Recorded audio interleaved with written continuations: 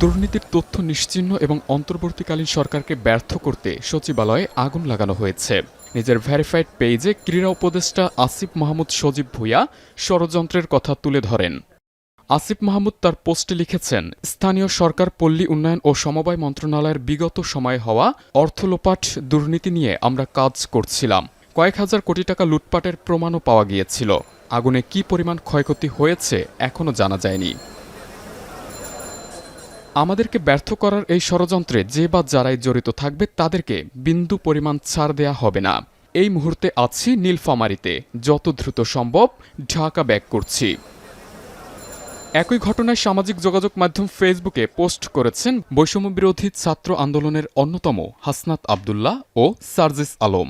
হাসনাত আব্দুল্লাহ তার পোস্টে লিখেছেন, ফ্যাসিজমের অ্যানাবলারদের বিরুদ্ধে অন্তর্বর্তী সরকারের উদারতা দেখানোর পরিমাণ এই কপালপোড়া জাতিকে অনন্তকাল ভোগাবে। হাসিনার ঘি খাওয়া ফ্যাসিস্ট অ্যানাবলাররাই এখন মানবাধিকার আলাপ নিয়ে ফ্যাসিস্টদের পক্ষে সিম্প্যাথি গেইন ক্যাম্পেইন চালাচ্ছে। এই ক্যাম্পেইন না থামাতে পারলে আপনি শেষ। আজকে আমলা, আগামীকাল অন্য কেউ।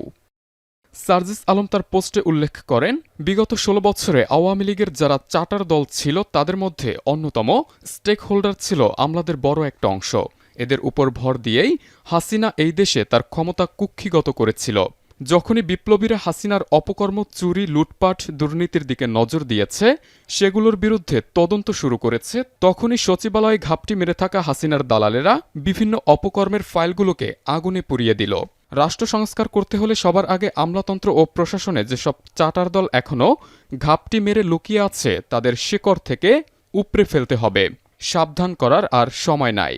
সবশেষে উপদেষ্টা নাহিদ ও আসিফ মাহমুদকে উদ্দেশ্য করে সার্জিস লেখেন, নাহিদ ইসলাম, আসিফ মাহমুদ, মাহফুজ ভাই বিপ্লবী ভূমিকায় অবতীর্ণ হন। পুরো বাংলাদেশ আপনাদের সাথে আছে। আবু সালেম মুসা, এখন।